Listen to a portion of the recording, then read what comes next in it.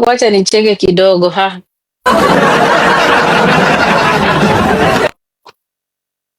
Mama ya Betty Bayo, kama ungependa mtoto wako ungeenda uzike mtoto wako. That's number one. Number two, hakuna pesa utapata. Ni pesa najua unatafuta. Hiyo yenye watu wa Amerika tulikuchangia, kula hiyo imekutosha. Mama, msichana ameshazikwa. Alishakufa, tulishamzika, watu walishamzika. If you have any respect left in you, please advocate for your children to be okay. Sawa sawa. Ungekuwa mwanamke mzuri, hizi pesa ulipata hapa ungepatiana hata Kenya akina Tash wapate. But let me tell you what the law says is very clear. Tash kama alikuwa ni bibi bwana ya Betty, Tash atakuwa administrator ya hizo mapesa, and there's nothing you can do. Mnataka kujitokeza sahi eti mnapenda watoto wa Betty kwa sababu mnataka pesa hizo zenye aliachiwa na serikali. Chekesha. Very selfish woman. Shame on you. Kwenda kabisa ati unakuja kulia kwa TikTok. Mbona hukulia vile mtoto wako alikosa pesa ya kwenda kwa hospitali? Si msichana wako alikosa pesa ya kuingizwa kwa admitted kwa hospitali? Hukulia? Ulikuwa wapi? Where were you? Where were you when your daughter was crying here? Alikuwa analia hapa, hakukuwa na pesa ya kuingia kwa hospitali. Watu walimchangia pesa, kina sijui Shiro GP. Azino Shiro GP sijui nani walimchangia pesa. Why did we not see you? Ulikuwa wapi? If you are not an advocate for your daughter when she's alive, you can never be an advocate for her children, period. That's just the truth. Hakuna pesa utapata, pesa iko kwa trust fund, itakuwa na administrator mmoja ama wawili, and you will not be one of them. You can't change anything.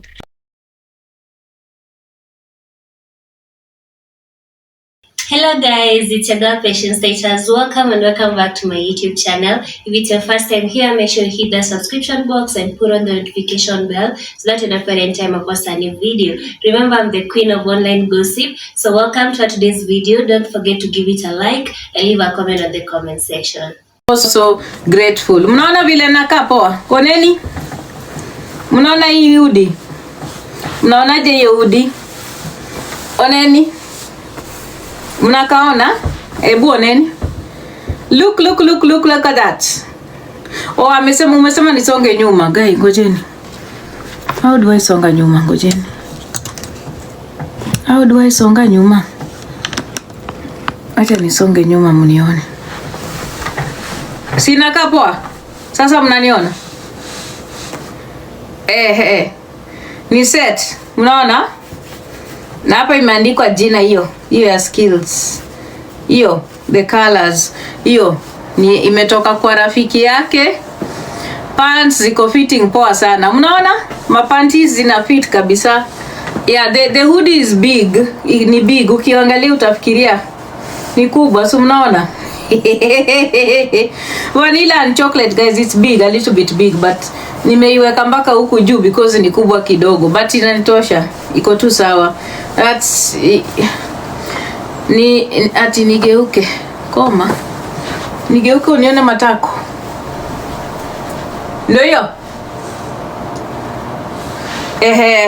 hivyo sasa liko hivyo. So this is from Cielo, that's it. This is from Cielo, umeona? So thank you Cielo Queen, nakupenda sana. Thank you so much. I appreciate all my friends. Asante Cielo so much. Asante kwa all the friends wenye wamenitumia Christmas gifts. Oh, thank you baby. Yani ndio nimepata hii Christmas gift yangu hii ya kwanza hapa. Hey guys, mnaona vile iko moto? Kwanza imeandikwa mpaka huku kwa mkono. Ni vile tu mnaiona? It's just the hoodie is big, but imeandikwa mpaka kwa mkono. Unaona? Skills. Hiyo. Ananijali, anataki nipate baridi. So nimesongesha huku because nini? Mikono zangu zimekuwa tudogo, kiangalieni. Mikono tumekuwa tudogo, tumekonda sana. So ndio maana nimesongesha. Thank you so much Cielo for sending me and your friends. Cielo wananipenda na mimi pia nampenda sana. Asante. One genuine friend that I have met and has loved me on TikTok, and I love her too. Huyo ni Cielo, will always be there for you, always. And will go out of her way to make sure Yani she goes way above and beyond. That is Yalo. That is Yalo, like anaenda way and beyond. Ngoja ni block yumbwa. Sikuwa nimeona yumbwa. Hivyo. Sawa, macho ziko nyekundu leo, mtanisamehe, but wacha tuongee sasa, tunafaa kuongea. First of all, let me remind you again, guys, we have our walk, peaceful walk that is going to be happening in Nairobi on the 20th of December from 9 o'clock. Tafadhali, Eddie, mwangalieni, the posters are out. I put them on my whatever. Stories on my profile. Watu wa team bipolar wako nazo, please get in touch with me, the numbers are there on WhatsApp. Unasikia, if you want. Only Gomeo nakaa kama sura ya mamako, ndio maana unakuja kwa platform yangu na followers wachache umboi. Yeah, so that is what is happening. Sawa sawa. So on the 20th of December tukutane. Macho zangu ziko red na mtazizoea vile ziko hivyo. Sawa, kidogo kidogo guys, nataka tufike 25k na dedicate watu wengine hapa song, because leo nataka kuambia ukweli wa mambo. Let's talk about family today, si ndio? Because it's good for us to talk about family. So on the 20th we are going to have our walk. It's on mental health, bipolar awareness in Nairobi. Tafadhali, those of you who can, please come and attend our walk. It's peaceful. We will have the police. It is well taken care of. We'll walk for 3 hours and then team bipolar will close the year with end of year dinner at a restaurant in Nairobi. Sawa sawa. By the way, again, I appreciate and respect all the people that have contributed towards our cause. Thank you. Asanteni sana. And sina aibu kusema hizi wiki mbili zilizopita team bipolar have managed to raise more than 1 million in fundraisers. Just team bipolar by itself. Yani tumesupport Moisha, tukarudi tena, we are fundraising for our project on mental health awareness. So I have so much respect for you guys kwa sababu you give and the commitment that you make to us. I have so much respect for you. Sawa sawa, asanteni. Thank you. Thank you so much. The past 2 weeks you've been busy. You are supporting Moisha. Sasa tumerudi tena. Tafadhali asanteni. Everybody who's given to team bipolar, tunawaheshimu. We respect you so much and thank you. Continue kueni na hiyo roho yenu. Sasa again on the 22nd, after we've done our march on the 20th, on the 22nd I will open my live to account for every dime that was given. Tutakuwa hapa, tutafanya accountability in public na kila fund, every dime itakuwa accounted for with receipts and statements from M-Pesa. And thank you Mikebe and team bipolar, those of you who've been here, wenye wamekuwa wakifungua ma lives, tukitembea, tukifanya vitu zetu, asanteni. Thank you. Haya. So limekuwa busy kidogo kwa streets, but the street will always be streeting and we'll always talk and things that have been happening. First of all, tumefika 25k kwanza? Bado. Wacha tuweke ni wimbo ya familia. Dedication ya family kwanza. Alafu tuanze. For being a friend, for being a sister. I love you. Thank you. This is the first gift I've received during this festive season. I don't take that for granted. So thank you so much. Aheri nyamama. Thank you. Thank you so much for your friendship and your friends. Asanteni. Kabisa, kabisa, kabisa. I appreciate you from deep within from my heart. Asante sana. Sawa. Asanteni kwa kutap.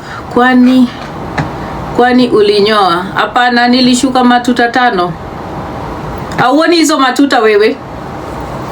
Nilishuka matuta 5. Ujaziona wewe? You cannot see this matuta. This person asking kama nilinyoa. Aoni matuta yenye niko nazo kwa kichwa. What is wrong with this person?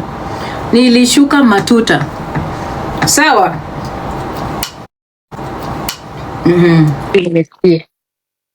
Miss Bella, thank you so much. Asante. Matuta ni hapa ni 3 uzioni. Wewe unakuja kusema kama nimenyoa. Guys, mnanisikia vizuri? Niambie kama mnanisikia. I was cancelling the noise because I don't want any noise on this live. I want to talk pole pole nisikie. Can you guys hear me vizuri? Good. Kama mnanisikia basi hapo sasa. Nilikuwa nataka mnisikize. So guys, I am a proponent and a champion of mental health and wellness. That does not mean that I will sit back and be quiet when any of you tries to kanyaga na kunikosea heshima. There is nowhere that it is said that if you are a proponent or an activist or you are promoting oppression, you should be quiet when you're being oppressed. In as much as I'm a proponent of mental health and wellness, if you disrespect me, I will disrespect you 10 times and more. You, your family, and everything that comes with you, or anything you identify with. Don't ever be cheated. A lot of you like to do things to people and then you like bringing that card that, oh, but you said you are an activist. Oh, you said you are a feminist. You're not supposed to do that. Who lied to you? The fact that I'm a feminist does not mean you should disrespect me. The fact that I'm a feminist does not give you the authority to come and have no respect for me or body shame me or dehumanize me. Don't be cheated. Sawa. Feminism believes in protection, defense. That is what it stands for. Feminism believes in equality. So equality means if you slap me, I slap you back. We are equal, right? That is equality. Ama, you don't understand what equality is. Equality means we balance the equation. We are balancing. It's a balance, a game of balances. So if you come and ukinitusi Mavi, ndakutusi Mharo. Unasikia? Ukiguza mamangu nitaguza ndugu yako na wazazi wako na kila kitu yako na mpaka mende kwenu. That is what equality means. Sawa sawa. It is creating a balance. So hiyo kadi yenu ati mnapiga hapo story mnasema ati oh, huyu pia huwa ana troll watu. Ukinitroll nitakutroll. That is the rule for me. You give me pepper, I will give it back to you with soup and ugali. Period. That's how it works. So don't waste time. Ati mnakuja hapa ati mnasema, oh, this is a proponent of mental health, so she's not supposed to be who told you that because I'm a proponent of mental health you're supposed to disrespect me or dehumanize me? Don't be cheated. That's not what I stand for. Sawa. I don't stand for people being quiet or silent when they're being oppressed. That's not what I stand for. I stand for fighting for myself and I stand for defending myself to the latter. Mpaka mwisho. Sawa sawa.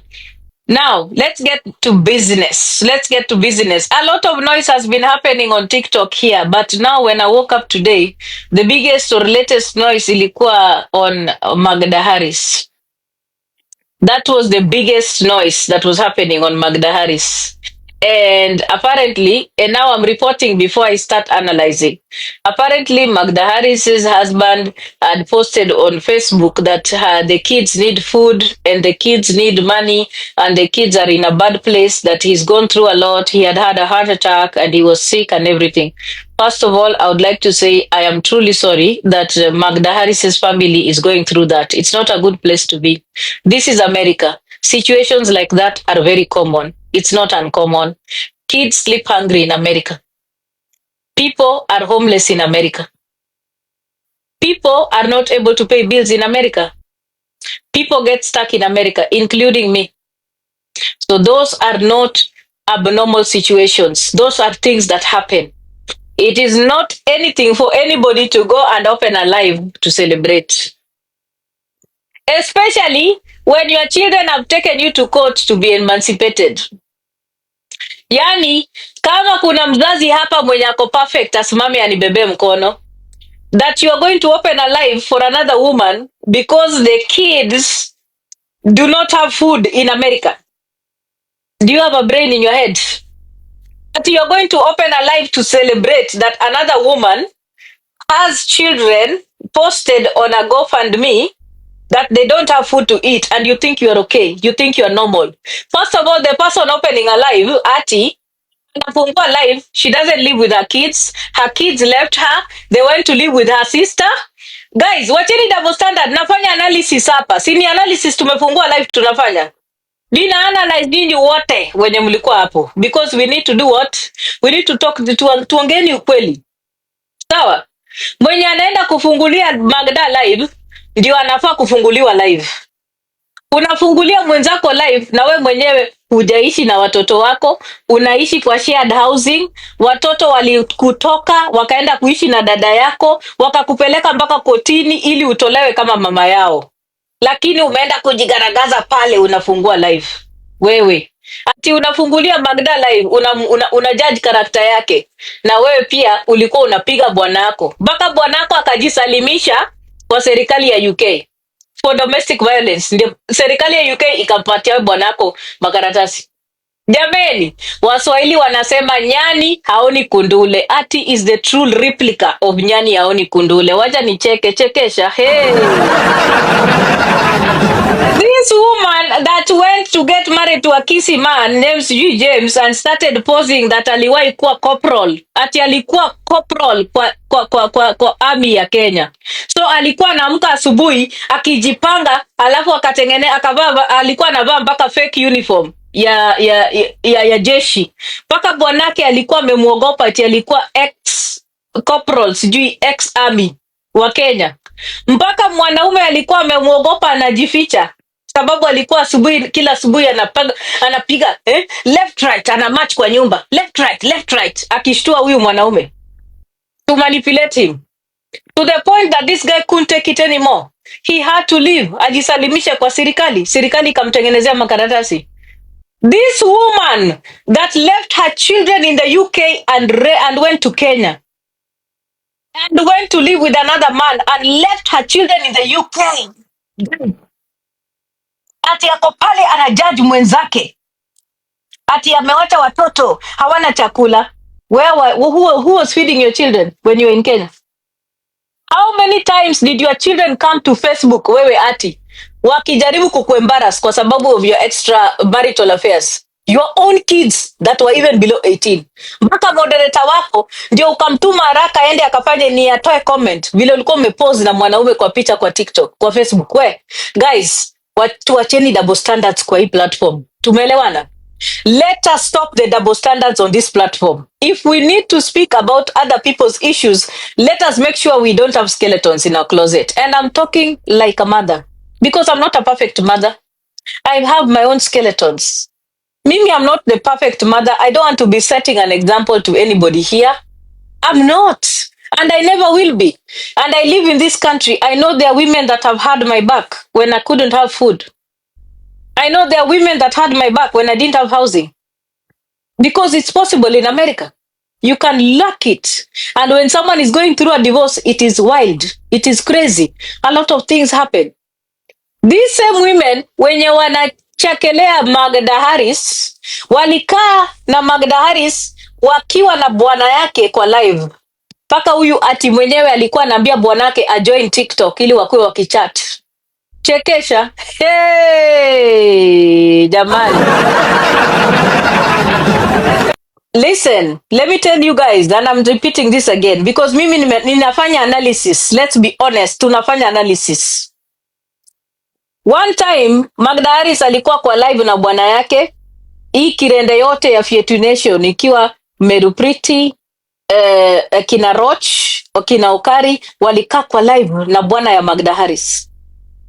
They were making fun of Kanyari'S, dehumanizing her in front of her husband, not giving her wise counsel when she was being erratic and she was having a bout of verbal diarrhea, saying things that CPS in America should not hear.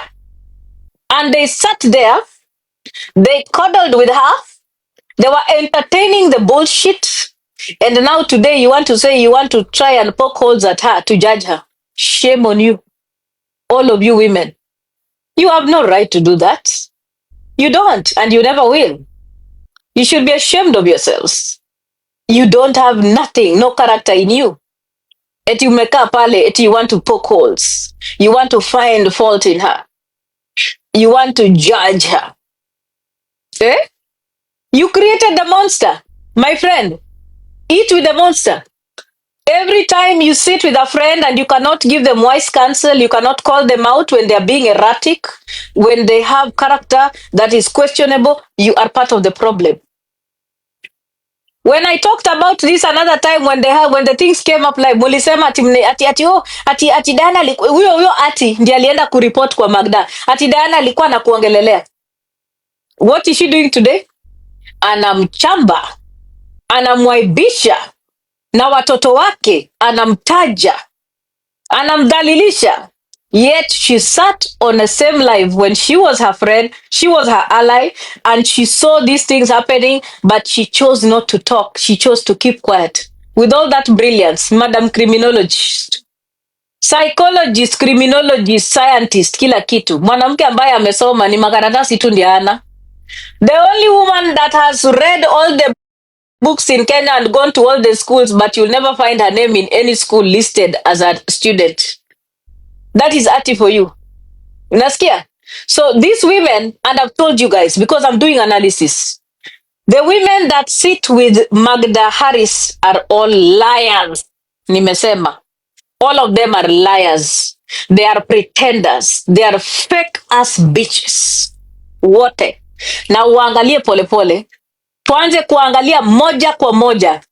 Out of all those women, who has a good life? Nani ako na mume mzuri mwenye tunaweza sema huyu ni bwana ya mtu? Nani ako na vizuri na watoto? Nani anaishi vizuri? Count them, muniandikia hapo chini kwa hiyo Fietu Nation yote. All of those women wenye wanakaa naye kwa platform wote pamoja na wanaume eti wako pale wanampatia cancel. Tell me. Tukianzia hata na huyo Fav mwenye alikuwa amepanda pale eti ana cancel Magda ati don't do this. Fav was the same person that tuliletewa story ya Fav hapa ati alikuwa anapiga na ana abuse Winrose. Mumesahau guys?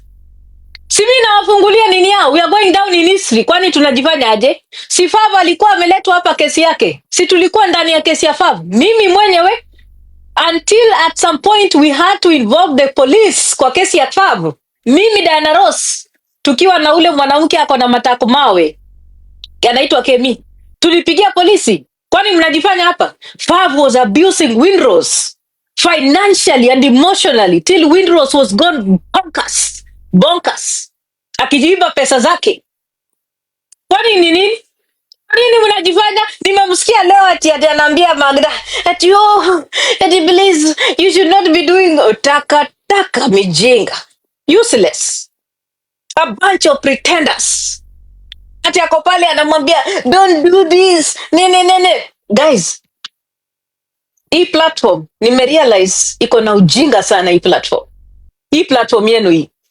Unaona? Ngojeni 1 second nikunywe maji. Allah eat you.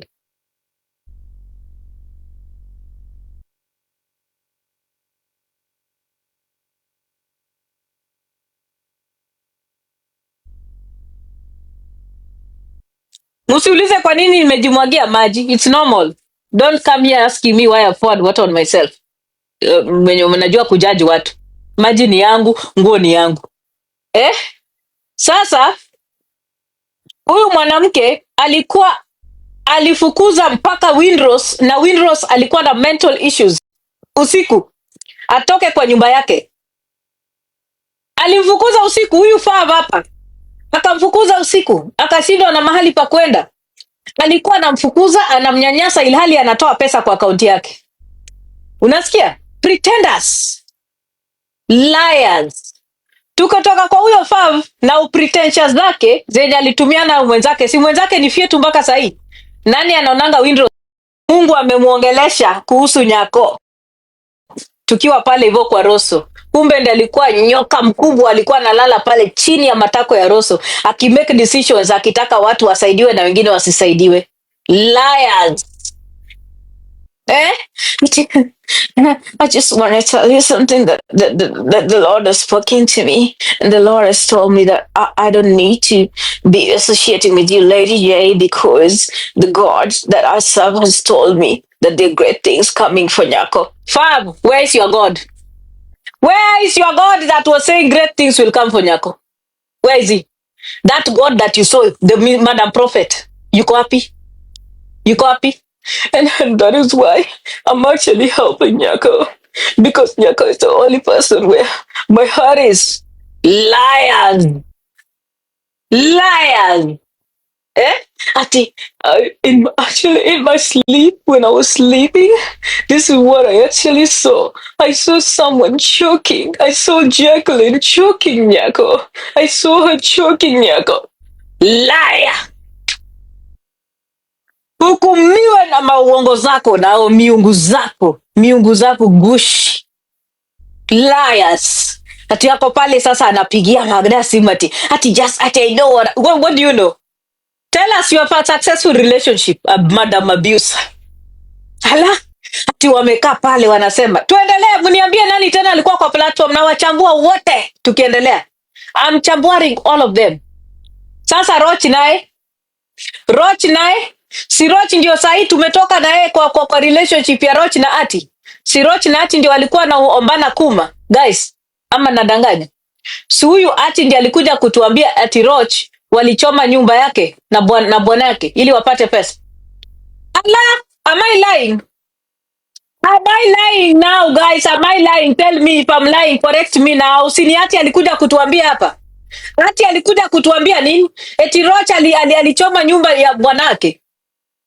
Ala, ati mpaka akashtaki partner wake, akashikwa akaenda jela. Is this not Ati?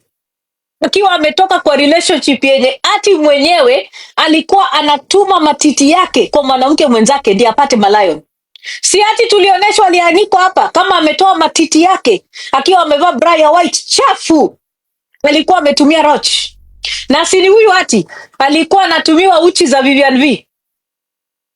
Na wauliza kwani ni uongo, kwani ni kesho? Si Ati huyu mwenyewe ndiye alikuwa anatumiwa uchi za Vivian V. Ama ni uongo? Na hiyo wakati alikuwa anafanya nini? Alikuwa pale anachukua malions na hela kutoka kwa Vivian V. Alimkula akammaliza. Akarudi akamtusi hapa kwa platform. Alipomaliza akamwambia I'm not your mother. Vivian V today is not okay mentally because of Ati. She managed to finish Vivian V mentally. She killed her self-esteem, killed her identity, and made her look like she's useless without Ati. Mpaka Vivian akapotea. Kwani ni kesho na wadanganya hapa? Ama ni uongo nasema hapa? Am I lying? Vivian V has never been the same. And the time that Vivian V left Ati, wakawachana hiyo time, Vivian alikuwa vulnerable. Vile alikuwa vulnerable akaanguka kwa mikono ya Nyang'au, King Master. Kwani ni kesho? Tunajifanya hapa. Ati wako pale anakuja kuchamba mwenzake. Your relationship. You do not have the character to talk about somebody else's relationship. You don't. Never will you. As long as you have that history with you. Fix yourself first. Ati mnajua kuongea juu ya relationship za watu. Matakataka hizi. Tuende kwa ule mwingine. Wanawake hawana akili. Eti wamekaa kwa platform. Eti wanajaribu kujudge na kupatiana advice. All of those people sitting around Magda are fools. Fools. Foolish women. And I'm not lying to you. Mimi ni ukweli nasema. Raf Muli ni nani? Raf Muli ni takataka. Chokora mwenye alienda kwa jela, alikuwa amepiga bibi akavunja bibi shingo, alienda jela, akarudi akadivosiwa, akapigwa teke nje kama paka, akakuwa homeless, a man that has lived in the streets. Tusemeni ukweli. Yes, Meru Priti, ndio, we made up with her, but we'll still touch on history. Meru Priti si alikuwa rafiki yake ya Panisha. Si Panisha aliangaisha Meru Priti hapa, na Meru Priti is also married. Guys, mimi nawaambia kumbukumbu za Torati. Andikeni, tunaendelea, si uongo. Na imanishi na mkosea heshima. No, we made peace, but we can still go back to history. Kwani ni kesho. Si ni tulikuwa hapo. Si hata Meru Priti alikuwa kwa platform pale, nani akichambwa. Bwana ya nani akiwa pale. Bwana ya Magda akiwa pale. Si alikuwa hapo. And you know what? She tried to call her out, but she did not do the right thing. She needed to call Nani out properly. Magda. Nani tena? Hebu tuandike Arwa. Nani hakuona ile vitu Arwa alifanya hapa juzi? Ati mtu anaenda kuita X akae kwa live yake. Ati guys, Tapuru, mgeni wangu anakuja tu sasa hivi, ako hapa hivi. Hebu tap na mshare hii live. Mtafuru tu alafu mtoe hii live. Mgeni wangu anakuja tu sasa hivi.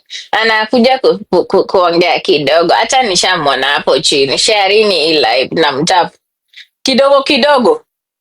Ati, oh, that I still love you, baby. Mi bado nakupenda. We bado ni wangu. Koso koso. Alafu kidogo.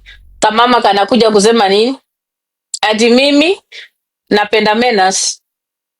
Mafyetu ndio wamezunguka Bagda. Watu wenye ni mafyetu wote ndio wamezunguka Bagda. Kwani ni uongo? Si Arua pia ni fyetu hapo. Ati anapandisha nani? X kukuja hapo kuongea. Ati kukuja clear the air. Guys, an X is an X. An X will always be an X. That is why wanajiita vyetu nation. Because wote hawana akili. Wote. Wanawake wajinga. Na wanaume wajinga mafala. Out of all these people, I'm asking you, who have you seen that has the confidence to even talk about their families or their children and their success of their children? Mulilete one woman out of them that can do that confidently. Nani? Zero. All of them. So listen, sometimes when Englishmen said that, you know what? Tell me your friends, show me your friends and I'll show you who you are. That's the truth. When you are surrounded by mongrels, you'll behave like a mongrel. When you're surrounded by monkeys, you'll behave like a chimpanzee. And that is why Kanyari'S is where she is. And let us not pretend. For a long time, most of you have ignored the fact that Kanyari'S has issues with her mental health.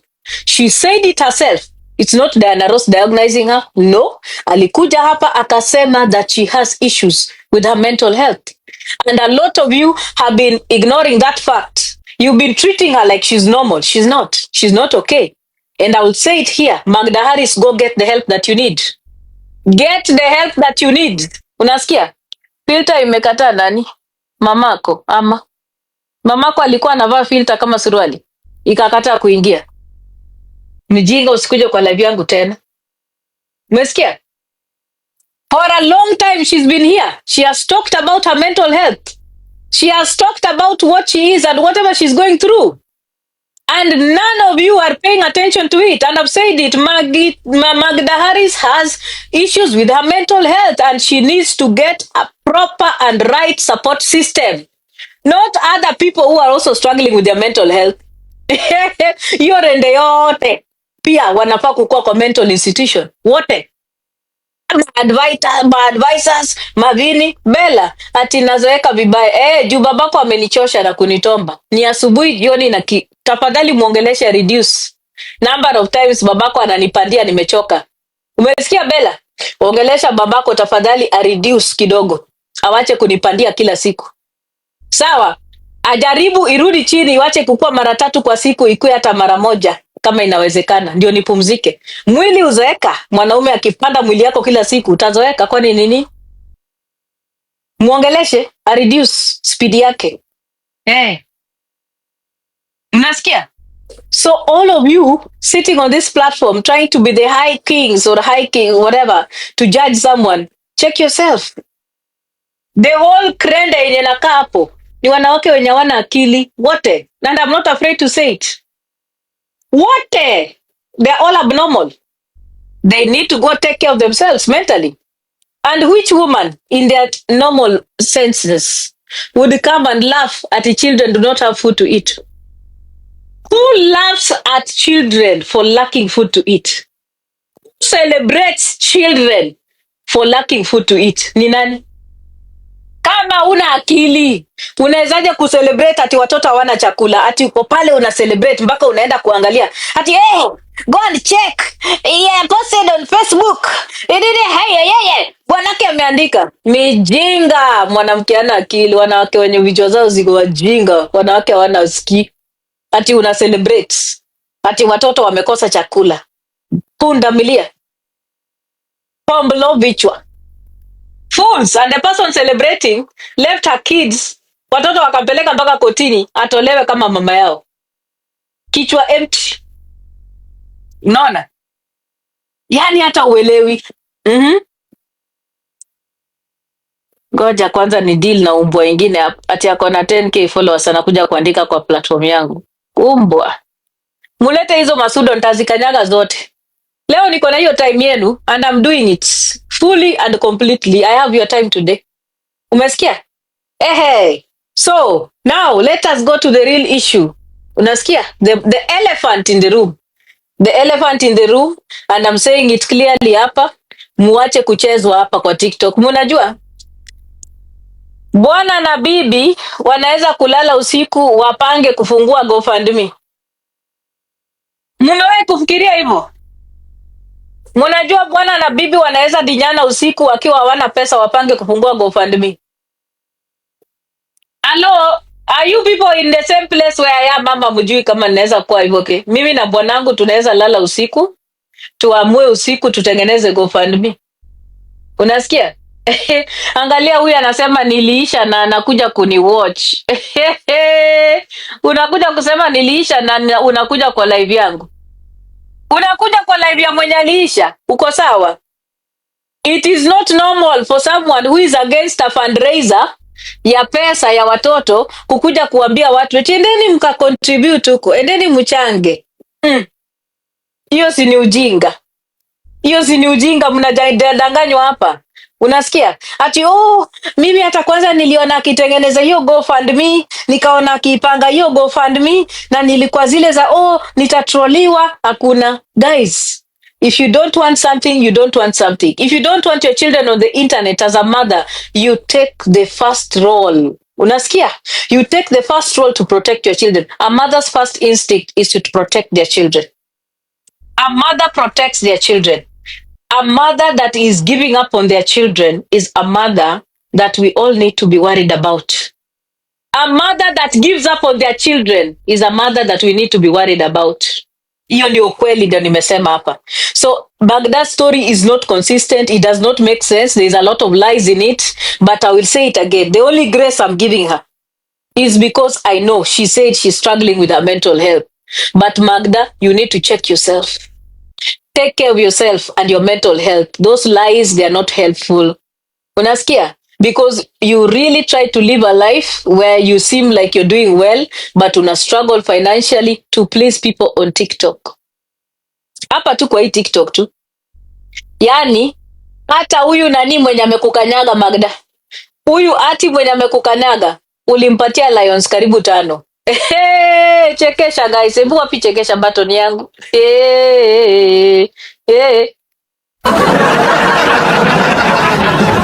Imagine Magda giving Ati 5 lions and then Ati coming to insult her that she's a poor broke woman mwenye ana akili, lakini lions zake 5 alikula. Mnaona vile wamama ni wajinga kwa hii platform. Akili zero. Any woman can have children, but not every woman can take care of children. Sisi tuliambiwa hapa na bwana ya Magda, eti Magda anatesa watoto mpaka umbwa, mpaka mende kwa nyumba. Kwani ni kesho, si alisema? And those are the reasons that why zime contribute yeye kunyang'anywa custody ya watoto. Bwana anapatiwa watoto na koti. Guys, let me tell you, let nobody come here to lie to you ati aliamua kuachia watu watoto. It doesn't work like that. The courts make the decision about children. You don't wake up as a mother to tell the court ati utaki watoto wako. No, the courts will be worried. The courts will be worried. You don't do that. You can never relinquish your children to someone. No way. No, not until, especially when they're below 18. These things usually happen when there are consistent reports that show that you're not capable of taking care of your child. And when there are consistent reports about drug use, drug abuse, alcohol abuse, and recklessness. Those are the things why people are taken off custody ya watoto. Hiyo ndio ukweli wa mambo tunaongea hapa. Wenye wako Amerika si mnajua. Tusijidanganye. Na hii hapa Amerika leo ndio nimesikia nyumba inaweza kuuzwa before divorce. Chekesha, wacha tucheke hapo tena kidogo tu. Hii Amerika gani watu wanauza manyumba before divorce? Mi najua manyumba Amerika, watu uzanga manyumba after divorce, because after divorce koti imeamua huyu anakaa kwa nyumba, huyu akai kwa nyumba, hamkai pamoja, basi divorce imefika, muuze manyumba. Hii yenu hii mumeuza manyumba before hata divorce ishe, hii inamaanisha nini? Guys, nafanya analysis, don't forget. Guys, this is from skills. And then mkatafute skills jameni. Ningeweka hiyo link hapa. Skills. Skills where? Wacheni niwapatie regicha yawa. Mawach matek manade. Ngojeni niwape.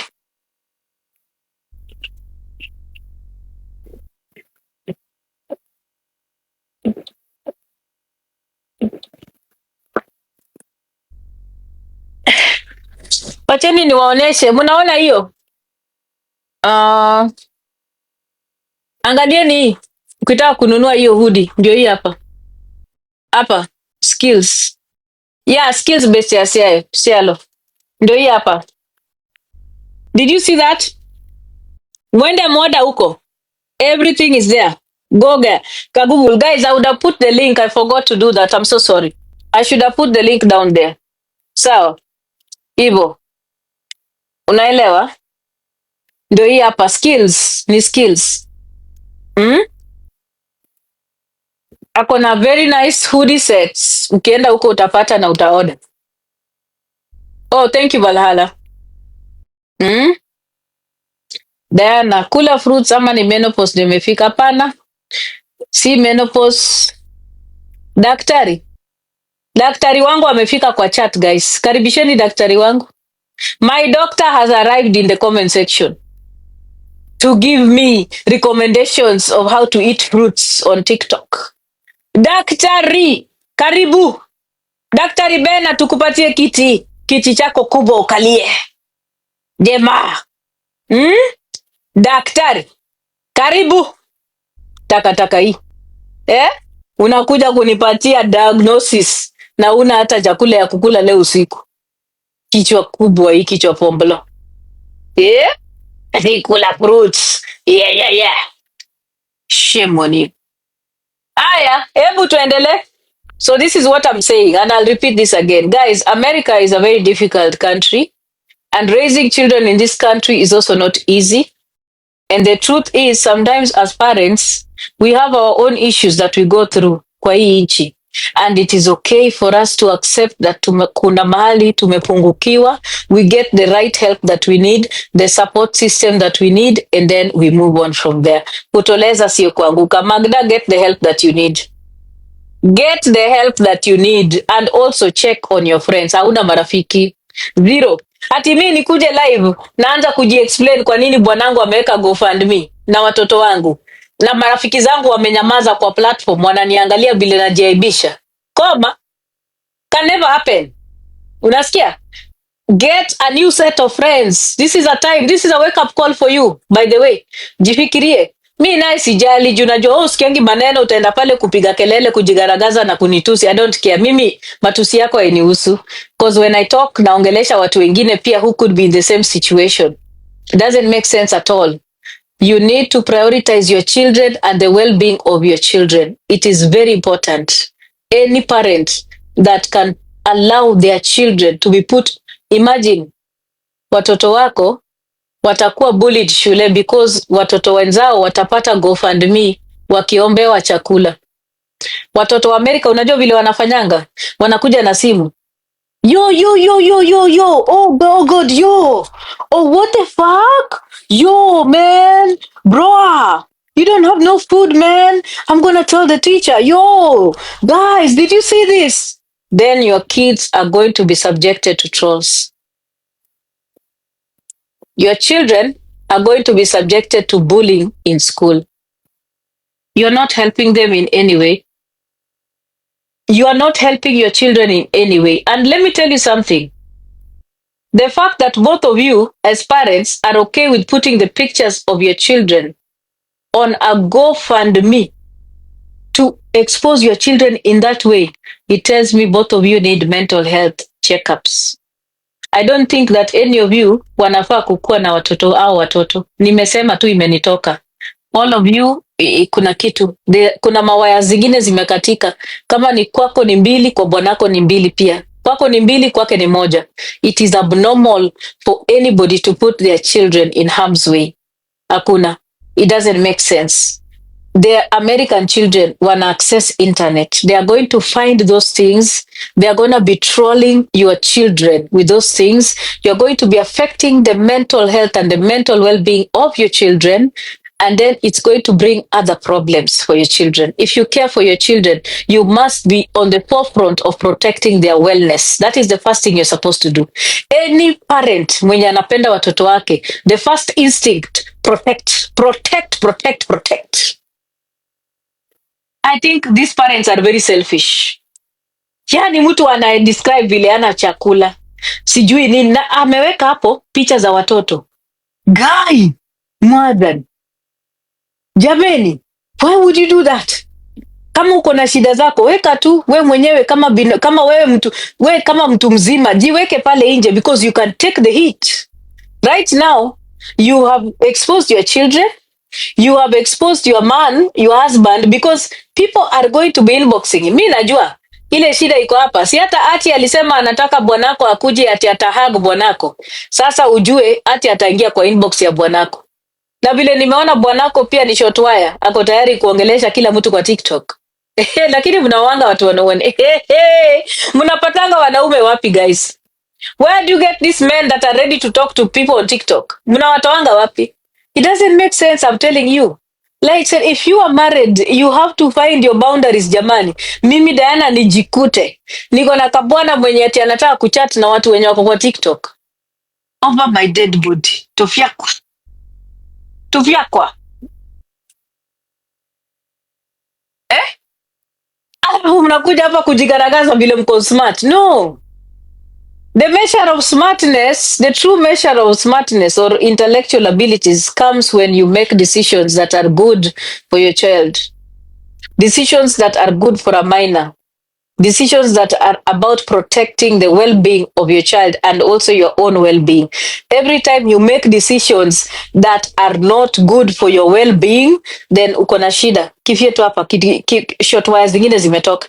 You can't call yourself smart. You can't call yourself like a person who understands themselves when you keep embarrassing yourself. Mara sijui ulikuwa sijui umekiss bwana ya nani. Mara mwanaume amekuja kukuambia ati atakubaka and you're still sitting there ati atakurarua suruali. Guys, I watched a live in horror while Magda amekaa na mwanaume Mkenya anamwambia atamrarua suruali. She was sitting there. Huyu mwanaume akarudi tena akamwambia atambaka on camera. She was sitting there. She didn't call the police. This is a person talking about herself being confident. Doesn't make sense. A lot of people are going through mental illnesses in this platform and they need to take care of themselves. Unasikia? Watu waanze kujikubali and they should take care of their mental health. Your mental well-being, your mental wellness is your wealth. If it's not okay, you're done. That's it. You make some decisions that are so stupid and foolish on this platform. And then you start questioning why some people feel that you are not safe to be around their children. It's not normal. Sasa ukishajiita Fietu Nation, nani atakuheshimu? It means you're not okay. Na ukweli tabia zako zinaambatana na hile jina. Kwa vile we ni fietu, unafanya tabia za kifietu. Ni fietu ndiye analalala na watu kwa mavitanda na ni mtu mwenye ako na watoto. Hata for the sake of your children, you will respect yourself. Throwing yourself at people kwa men, stories za suruali, sijui kuomba suruali. Mara mtu anataka kukubaka, vitu kama hizo. Unashikana na mwanamke mnabusiana huko kwa TikTok, ma recordings ziko pale. What example are you setting for your children? Parenting is a very delicate balance. You have to know how to balance adulthood and parenting. Separate your social life and parenting and do it responsibly and you'll be in a good place. Ati mtu anasema, ati nilikuwa nimemwacha akakuwa single dad for 1 month. Oh my God, there is a problem. Joy, tuone meno za juu. Joy, panda hapa juu, unioneshe kuma yako, alafu nitakuonesha meno zangu za juu. Wacha nikuvurute, nimekuvuruta. Kama I want to see your courage. Nimekuvuruta ukuje hapa juu. Kuja. Nimekuvuruta juu kuja. Kuja upande hapa kwa guest unionyeshe kuma yako, alafu mimi nitakuonesha meno zangu za juu. I want to see how bold you are. Sukuje, nimekuita. Panda haraka, nimekuvuruta hapa juu. Kuja. Sukuje. Hi Winter, how are you? Mimi, I've never been embarrassed about my looks or my body. I talk about my body every day. Because I'm confident about my body, my friend. I'm taking care of my body every day. Every freaking day. Nimewambia mimi meno nimeng'oa na fixi. Ala, sina kitu ya kuogopa. Shida iko wapi? Mimi najitengeneza kila siku. And I've never been afraid of it. Look at you coming here to address me. Nimekuvuruta hapa, unauna nguvu ya kupanda takataka hii. Beba patipati uende huko. Mijinga hii. Ati uko hapo tissues. Unataka kuifanyia ni? Hey, my friend. I've said it time and number. This platform, people need to start checking themselves. Unaona? And nimesema a lot of the people today wenye wamefietuka, and I'll say wengi wako na mental illness and they need to take care of themselves. Take care of yourselves because you're not okay. All these groupings zenye mko nazo hapa jana toran kabisa ati hierarchy. Niliwaambia nini juu ya hierarchy? Niliwaambia hierarchy ni wamama wajinga ambao wenye madelulu wanaendanga wakilala wakifikiria wako na hela. Nothing. A bunch of women that have trauma. They are bearing trauma 24/7. Can never keep up any relationship, can never keep up any conversations. And they are also drunkards and drug abusers. That's what they are. Yes. Is there anybody in Fetu Nation mwenye atumii madawa? Atumii pombe ya kulevya? Mwenye abuse substance? Muniandikie hapo kama kunaye. They are all not okay. And most of them are hungry. Hapa ni coins. Kila moja hapo atakuwa anapanga birthday the next time. They are posing at they are rich, but hakuna listen. They make the wrongest financial decisions. The most pathetic financial decisions. They make the most pathetic decisions when it comes to relationships. They choose the worst partners. They have poor choices in partners, poor choices in boyfriends and girlfriends. They have the ugliest looking husbands. They have the ugliest hearts, even when they're partners. Even the vile wako. Look at them, vile wanaka. Maisha yao ni mbaya. They're not okay. Unasikia? So I will say this clearly. Mental illness is an issue and a conversation that needs to be sparked on TikTok, on the internet. But what is happening on TikTok, the reason why the part of mental illness is important is because there is a subject and a person, the master on TikTok. A lot of you here are subjects to some people. You want to show some people that you're living a life that you really cannot afford to live. You're living a life that is difficult. You want to portray eti uko mali. Ati Magda anasema ati ako na hela zake. Uko na hela zako na kidogo unasema Rocha anakuja kutuambia ati alikuwa anakutumia $50. Doesn't make sense. Go take care of your mental health, then get a job. Take care of your mental health, then get a job. Then start fixing the relationship between you and your children and you'll be okay. All of these women making noise to you here, ati wanakaa na wewe Fetu Nation, none of them can ever take the place of you as a mother to your children. None. Hakuna mtu mmoja kwa Fetu Nation, ukikufa leo, atachukua watoto wako. Nimekuambia for free. Kufe leo Magda, hakuna mtu kwa Fetu Nation atachukua mtoto wako. None. Nimekuambia. In fact, ukikufa leo, ndio utaona malives wakifungua juu yako, wakisema vile ulikuwa unawasumbua na shida zako. All of those women around you are pretenders. They are lying to you. Wanakuchekelea. In fact, they go back and gossip and laugh at you. That is what they'll do. Hakuna. None of them. Hakuna hata mmoja. None of them. That is why you don't see the stories of their children. You cannot see the children of their stories of their children. Huwezi ona hawaleti watoto wao hapa. They don't talk about their children. Have you heard them talk about their children or their spouses to you? Wewe unaletanga bwanako, unawaletea, lakini hao hujui bwana zao, hujawahi waona. Wanaficha. They are even embarrassed about their own children and their families. But wewe ukileta wako ndiye anapakuliwa kama chakula kwa sahani wanakula.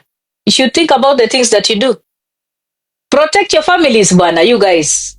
You can't say you love your children and you keep putting your children in harm's way. You discuss them with stupid women on TikTok all the time. You discuss your husband, stupid women on TikTok all the time. Women who don't even understand what a family unit entails. Uko hapo una discuss now juu ya familia yako 24/7. Anza kujiheshimu and start loving yourself. The first measure of love is self-care. Go get help, Kanyari'S, and you'll be okay. Mimi, I can wish you well. That is all I can wish for you. I can only wish you well. Get the right support system. Si mafyetu wa TikTok. Professional help is what you need. Take care of your mental health, your mental well-being. Fix your issues and your family and your children off TikTok, off Facebook. Na utakuwa tu sawa. You are not the first person that is married, bwana. You will not be the first, neither will you be the last. Na nimekuambia, ukiendelea na hizi vitu zenye unafanya, one day you will get drunk, utangia kwa gari, uende upate accident, ukufe, watu watachanga, uzikwe, watoto ndio watabaki. And life goes on. Life has been going on. Si hata Raila alikufa, si mko hapa? Mumekufa. Wenye mlikuwa mnalia hata na jina Raila kushinda mababa zenu. See, you are still here. Life goes on, Magda. People will move on. And your mental health is at a very critical place. Take care of your mental health. And I'm telling you, these things you're doing, very soon, utaona serikali itafika kwa mlango yako juu ya watoto. You gotta be very careful. You're being a bit careless. Wacha kukua that careless. Protect your children. Those are treasures. Love them. Guard them. Unasikia? Hao ni watoto wako. You've got to cover them. You are the number one advocate of your child. Mothers are the number one advocates of their children. Every day. Number one advocate ya mtoto ni mama. Officially Olami, nikae chini. Kuna mboro nafaa kukalia? Wacha ni kublock. Sina mboro ya kukalia. Umeleta mboro nikalia, unaniambia nikae chini. Thank you. The number one advocate for their child is always the mother. When a mother is not an advocate for their child, that child ako pali pabaya. And it's okay not to be okay. What is not okay is not being okay and not accepting that you're not okay and not wanting to get the help when you're not okay. That is when there's a problem. Mental illness is something that you can live with, you can get the help that you can, and you can still be a great mother even with mental illness as you manage it. Please do that for the sake of your children. Achana na hii kelele uko nayo hapa kwa TikTok na kierere na matusi nini, it doesn't help at all. Take care of yourself. At the end of the day, tonight when you go to bed, utalala peke yako. Your problems will still be there. Nobody on TikTok is going to sort them out. Not Diana, not Roch, not Ati, not Joy Joy. No fucking person on TikTok will fix your problems. It's going to be you. You have to make that decision. The burden is on you. You have the sole responsibility of fixing the issues in your life, especially when it comes to your children. Protect your children. This is a very delicate country. Nimekusikia ukilia eti America ni ngumu. My friend, ni ngumu kwa kila mtu. You are not the only mother in America. Kwanza wewe, you are very lucky. You even have a husband. Some of us are raising children by ourselves as single parents. Who is supporting us? Nobody. And we are going through it. Utaamka asubuhi upate uko na mabills, but you still wake up. You think about tomorrow. You say, tomorrow will come with a better thing. Tomorrow will be a better day. I'm hoping for a good day. Take care of your kids. Give them a good education. That is what they should be thinking about. Every day, your children should remember that our mother wanted the best for us. The question is, if you die today, what will your children remember you for? What will be your children's testimony about you as your mother? Ukikufa leo kama mzazi, mtoto wako akisimama mbele ya watu, atasema nini juu yako? What will your children remember you for? Invest in your children. Education, the right skill set for them to navigate this difficult world. Opportunity and life is not a rehearsal. It comes once. You can mess it up and there is no way you can fix it while it's gone. Think about your children every day, Kanyari'S. Before you take that bottle to drink, think about them. Think about your children before you start moving to Seattle or all other places. Think about your children. Those are children. Protect them. Don't be selfish. Don't be selfish. You've got to prioritize the well-being of your children. It's so important that you do so. And nimekwambia hata kama utasikia ama utasikia, hao wanawake wote wanakaa nawe kwa platform watakuja kukuchamba. They have no respect for you. They don't care about you. They don't love you. They are enjoying the tea. That is what they are doing now. And also guys, on this platform, stories za watoto kukosa chakula sio kitu ya kufungulia live eti una troll nayo mtu. Tumieni akili. There are so many children that don't have food. Hata Kenya sahi, we know that food insecurity in Kenya is at an all-time high. It's just that most of you don't read. Mnakwanga vichwa pomblo. You don't know what is happening in your country. You don't even know that Ruto, Kasongo, the big thief in Africa, came here to sell your medical records to America so that he can get aid and funding. Because you are hungry. You don't have medications for HIV. You don't have funding for preventative mother-to-child transmission care. Hamna? Lakini mavichwa pomblo mnakaa hapa kwa platform, mnachambana, mnatafuta vitu za ujinga ndio mnaongelelea. There's more issues in Kenya to talk about than talking about another woman's children lacking food. Ati unafungua live, hiyo ndo content yako mjinga. Children sleep hungry every day. Why don't you talk about the children in Turkana? There are children in Turkana sleeping hungry. The children in Garsen. The children in Garissa. The children in Lokichogyo. Those are the people you're supposed to be talking about. The food insecurity is affecting children. We have an issue today of pedophilia in Kenya. Talk about that. Ati unafungua live kuleta GoFundMe ya mtu penye mtoto alikuwa anaombewa chakula. Ati hiyo ndio content yako. Akili nusu. Mjinga kabisa. Matakataka. Don't talk about children like that, man. Food insecurity is a real thing in America. Children actually sleep hungry in America. Adults sleep hungry in America. It's a thing. Unafikiria it's not a thing? Ati unachambia mtu. Watu wanalala njaa America. Watu wanakuwa homeless America. It happens every day. And if you don't know the complexities and how disenfranchised we are people of color and immigrants in this country, please shut up. The system in America is completely different and it can change your life in 1 day, 1 minute. So before you come for somebody and talk about their needs and why they are lacking, you better think twice. Don't get involved in conversations that you don't understand. Go read deeply, delve deeply, and understand the system in America and how being a black person and an immigrant in America and the health system, how all of these things are connected.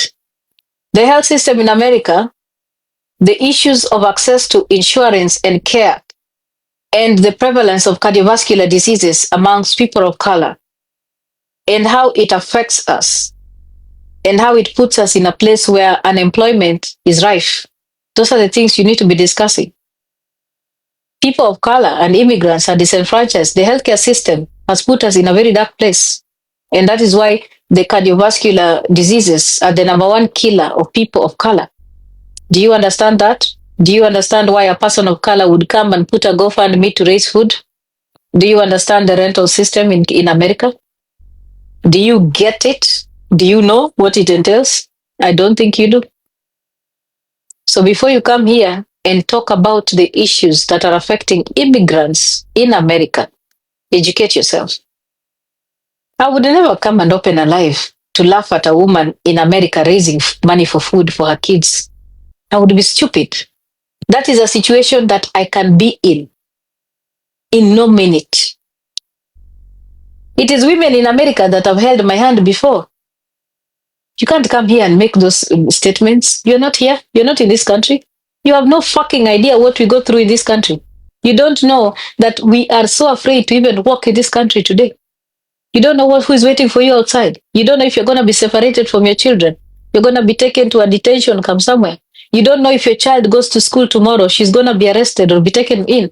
You don't know if tomorrow you're going to walk into your job and you'll be told that you can no longer continue working there. You have no fucking idea what we go through as immigrants in this country. So just shut the fuck up. When you see a woman putting a GoFundMe because they want food, better shut up. Shut up. Shut the fuck up. You have no idea. The issues that we face here as black women, women of color, and especially immigrants And now that we talk about feminism, and then we talk about the intersectionality of issues of immigration and how they affect us, you will sit down and you need to have some education before you start talking about these things. You have no freaking fucking idea what we go through. You don't know that even if I'm qualified for a job today, if I go for a job interview and there are 3 white women and then there are 3 black American women born here and I'm an immigrant, I would be third in the row. Do you understand privilege? Do you understand why we do not have access to food? Do you understand why it is difficult for us to lose weight? Why it is difficult for us to access healthcare? Why it is difficult for us to clear our medical bills? Why we have bills in medical that are going to the hundreds of thousands? Do you get it? Do you understand why insurance covers and the pharmacology industry, they work intertwined to deprive black people of access? Do you understand how that works? Food security is a conversation that we all need to have as women, as parents, because it's something that trickles down back to Africa, where we come from. So I believe conversations of importance need to be ignited because of situations like this. But let's not focus on asking why a child has not eaten. Instead of doing that, go to that GoFundMe, click donate. If it's for food, and if you feel that you care so much of children and you are genuine enough, the address is there. Go, create a registry, shop for food, let the food be delivered if you care about the children. Na kama we ni mama mzazi ambaye umezaa na uko na watoto kwa hii dunia, ya kesho hatuyajui. Today, I'll be laughing at somebody's child for not having food. Tomorrow, I'll be in a coffin and other people will be looking for food to give my children. That is how fucking this world is. Fucking crazy this world is. Nobody knows tomorrow. So for posterity's sake, let us watch our words. For the sake of posterity, we need to be good examples in terms of family, in terms of wives, in terms of mothers. We need to set good examples on this platform because of our age. Ati is almost 54 years old. She needs to do better. She needs to do better. She needs to act better. The protection of children and conversations around the welfare of children in America, they are very delicate, especially immigrant children. Community is important. Sanity is important. Mental wellness is important. Food security, very important. You cannot walk alone. This is a difficult country to navigate. Sawa sawa. Asanteni nyinyi wote. I do hope that you have a wonderful, wonderful day. Kuna nini tena imetokea? What else has happened? Anything new on the platform? Mapya? Mengine? Yuza nangu? Dinadi? Mambo mengine yamefanyika? Yako wapi? Ati Ntazora. Who is Ntazora? Guys, there are people who I don't know on this platform. Mama ya Betty Bayo. Oh, listen, nimesahau story ya mama ya Betty Bayo. Guys, wacha nicheke kidogo ha.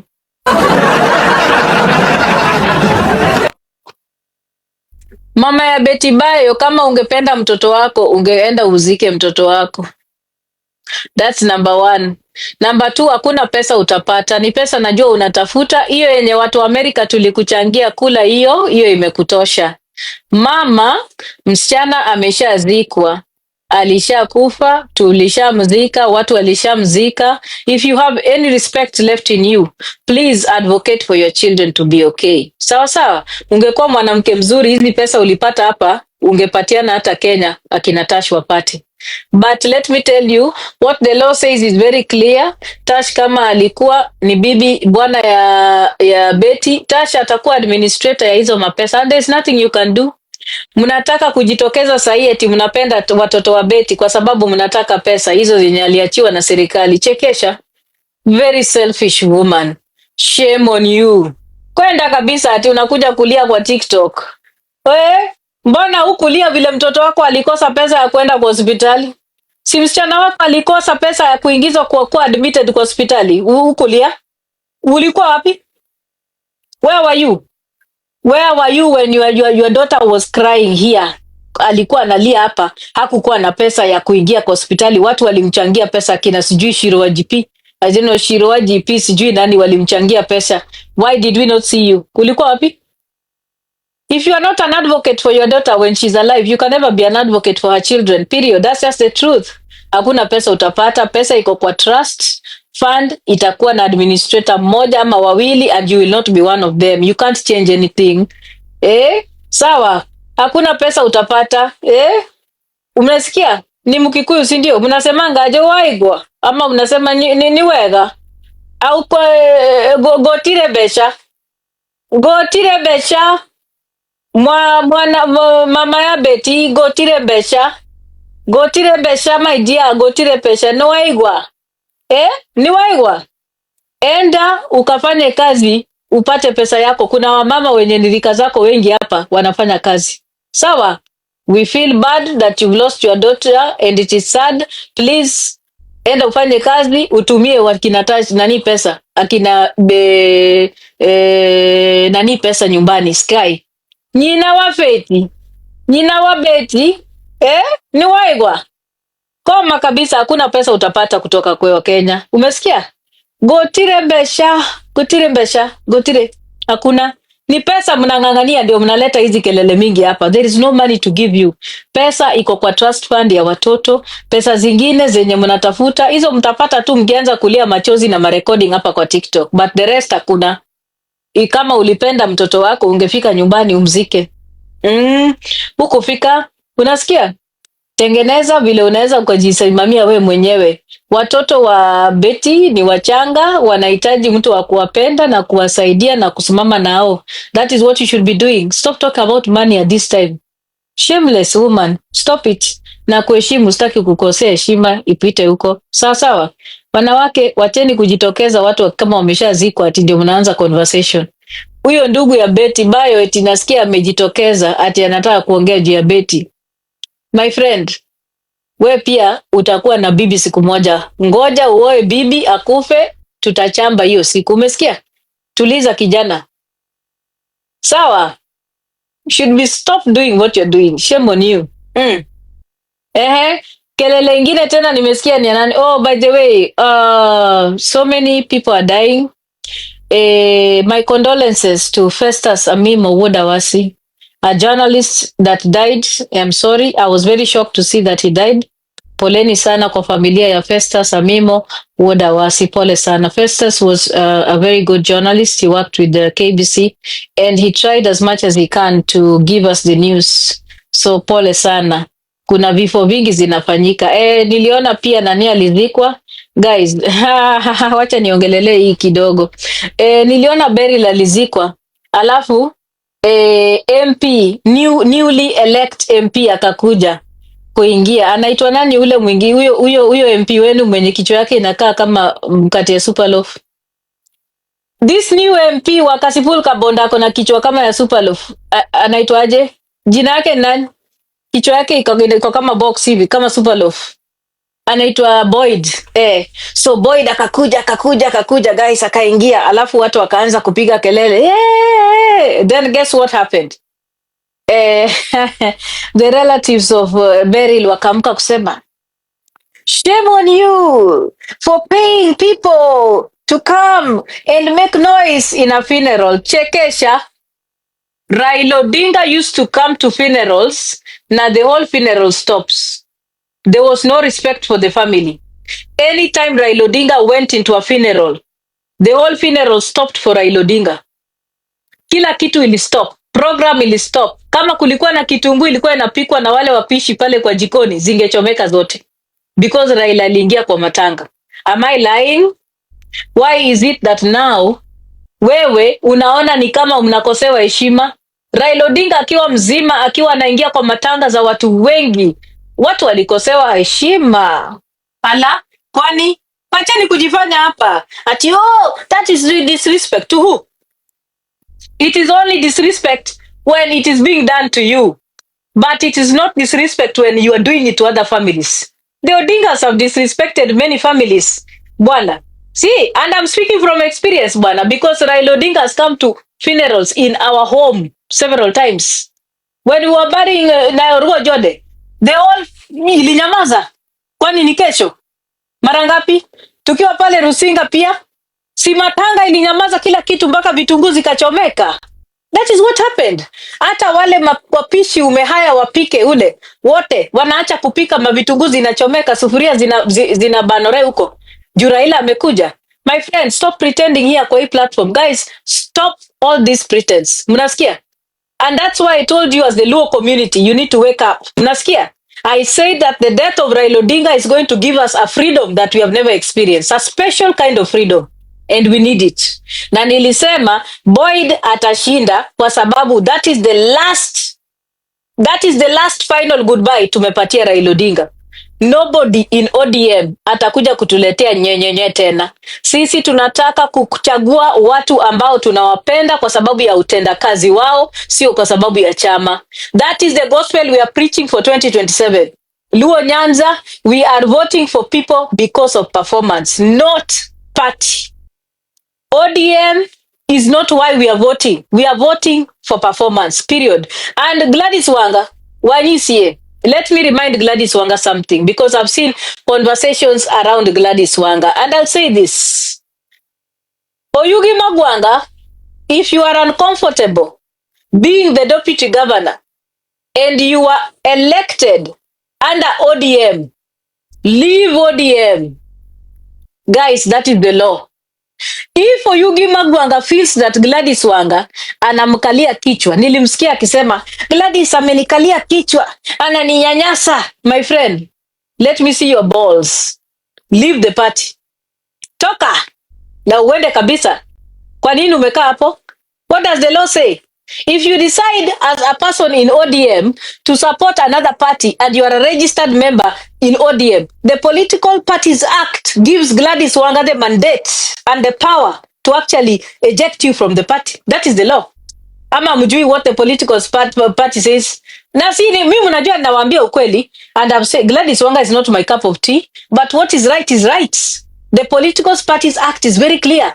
If Magwanga is tired of ODM because he was campaigning for another candidate outside of ODM, let him quit ODM. Kwa nini unakuwa deputy governor na unapiga kelele? Why? What for? Just leave. Utapangana na utoke. Unasikia? Meanwhile, I'm Team Raymond Omolo. Mpaka mwisho kaka Saadi anangi Raymond Omolo nyakapinya wacho kenda wacha yue magole choka, because we are tired of Gladys Wanga na kupaka marangi kila kitu. Gladys ako karibu kutupaka mpaka meno rangi ya white. She is painted everything white in Homa Bay County. Baka tuko karibu, wanawake Homa Bay County wako karibu kuingia kwa manyumba, wanapata Gladys akipaka rangi na nyumba zao. We don't want that kind of performance. We want real issues in Homa Bay. We want the change in Homa Bay to be real. We want to see why Gladys ako nao ghost workers. Tunataka kujua nani alikuwa responsible. Hii pesa inaenda wapi? Tunataka kuelewa kwa nini bwana ya Gladys Wanga ndio anatengeneza mabarabara Homa Bay. We want to know how Gladys Wanga and the tenders are related. Why in the past 1 year alone, Gladys Wanga has managed to make over 181 million. Sawa? Those are the things we want to know. Hiyo ndio tunataka kujua. Hizi stories zingine unatuambia that is just nonsense. Hatutaki. We need performance, not story. Meanwhile, nikishapumzika jana nilikuwa nafaa kuambia political story ya Gladys Wanga. Guys, most of you don't know, and I've said it. If there's any day that you must use your vagina properly, use your vagina to elevate yourself. Kama lazima upanulie mwanaume kuma, panua kuma, ujisaidie na ujipange na increase ranks. Sawa? That is a game that so many people in the political scene know how to play. Tumeelewana? And I said it that the next runner, the next person mwenye atakuwa the deputy wa Kenya ni Gladys Wanga. Si mimi nawaambianga na mnaona ikipita. Gladys Wanga will be running mate wa Uhuru Kenyatta. That one is going to happen. But listen, When you want to talk about the stories of political history and how women have elevated themselves, I will clap for every woman mwenye anasengenywa huku eti ametombana ndiye akakuwa governor. Kama lazima nitombe mwanaume nikuwe governor, si niko na akili, kwani ni kesho? Ha ha. Nani ajui? Kwani kama ni chai tutamwaga hapa, tulimwaga ya Kenyatta, tutamwaga pia ya Wanga, na tuseme vile bwanake alikunywa sumu, vile alimpata akiwa na Otieno Kajwang. Chekesha.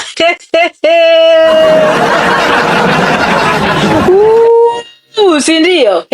Bwana akaanza kupepetwa. Kikito yawa. Nini kwani ni kesho hamjui hizi story? Mimi nitawapatia the real tea. Mnasikia? Tusema tunamwaga chai ya politicians ama tulikubaliana ni chai ya politicians tunamwaga. And I repeat again, as a feminist, I'm okay with women using their bodies for consumerism so that they can elevate themselves, because men use their bodies all the time. Kwani ni kesho? Kila siku, kwani ni kesho? You are way better than that woman mwenye anaenda kutoa mwili yake na hakuna kitu anapata. Sini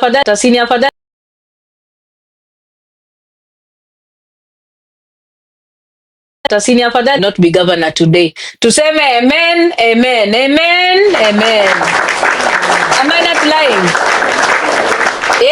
Ni mwanamke mwenye alitumia akili yake na kuma at the same time. It's very important that we do so, and it's not shaming. This is us talking confidently about women's bodies and how our bodies have been used to put us down. Any woman that is able to use their body to elevate themselves is a smart woman. I've said it. So weka hapo ati unangoja nomination kwa ODM. Chekesha. ODM kuna ticket na kuna kuma na kuna nomination. Those three things work together. Nimesema imenitoka, and that is the truth. Kwani mnajifanya mjui? That is why we need something different. If ODM is talking about carrying the democracy, tutataka difference kwa ground. This time tunataka performance, sio kwa kitanda pekee, lakini kwa kazi. Tumeelewana? Hivyo tu. Si imetosha, sitaki kuongea mingi. Guys, we are having a walk on the 20th. Wacha niwaeke pamphlet yetu. Tuko na walk on the 20th. Wacha niwaeke pamphlet yetu muone. We have a walk on the 20th. On the 20th of nini? Ngoja niwaeke. Ngoja nichane. Flip camera. We have a walk on the 20th, guys, and please come join us on the 20th. Hii ni nini nachukua hii? Okay, green screen. Sawa, tuko na walk yetu on the 20th, tafadhali.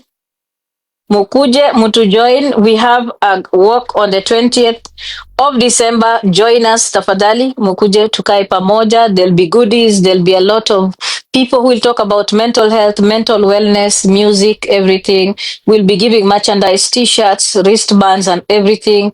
And we are grateful to everybody that has supported this cause. On the 20th, we shall begin our peaceful walk from Uhuru Park. And it will take 3 hours for us to finish the whole route yenye tunatembea. Alafu jioni saa 12:30 sisi kama watu wa team Bipolar tutamaliza kwa mkahawa, alafu tuta close the year. Please, if you have any questions, you can take a screenshot of this poster, alafu muulize maswali yoyote. You can also join our lives, because we always have conversations in our lives. Please, we have our mental health walk in Uhuru Park on the 20th. It will begin at 9 a.m. We are going to be giving brochures that are educating people about bipolar. We are going to be giving t-shirts. We are going to be giving wristbands, stickers for vehicles on people in Nairobi. And it's going to be a peaceful walk. We welcome everybody. And if you did wanted to attend the dinner, please send your name, because we have to make a reservation for you. And I thank everybody that has taken part in this. Nawashukuru sana. I'm very grateful to everyone that has supported this cause, people who have given, we've received, I do not take that for granted. Conversations about bipolar need to begin because it's important that we do so. Kenya is one of the countries that is not properly sensitized on issues of mental health, and it's a move we are making because we want to unlearn the toxic narratives that societies have put about mental health and mental illness. There is a lot of stigma around mental health and mental illness, and it's important that we change the narrative. We want to make sure that conversations that we have about mental health and mental illness are positive. They are geared towards growth and not stigma. We are breaking the stigma, okay? I feel like we try to hide, we try to hide people who are struggling with mental health, even in our families and family setting, and we treat them like, malefactors, which really should not be happening. So I believe that, any way to support creating awareness is very important because we want to kill, the incessant apatropy that people with mental illness struggle with. It's actually, iniquitous for us to be looking at people with mental illness differently. So we have the sole responsibility of doing better and changing the narrative for posterity's sake, as I always say. Sawa sawa. Otherwise, I hope that most of you have a wonderful evening. It is midday here, so our walk will begin at Uhuru Park, and yes, we'll have drinks and water because we care about the people who are going to be taking part in this very, very important occasion. So asanteni, those of you who want to wear the badge, those of you who want to spread the word, please do so. We welcome you in every way, shape and form. Sawa sawa. So I wish you all well and thank you. Please have a wonderful, wonderful, wonderful evening. I guess I need to leave you with some music. So thank you so much for watching the video to the end. Remember to like, share, comment, and if you have not subscribed, please make sure you subscribe and put on the notification bell so that you know every time I post a new video. So guys, thank you. I'm gonna see you on my next video. Bye.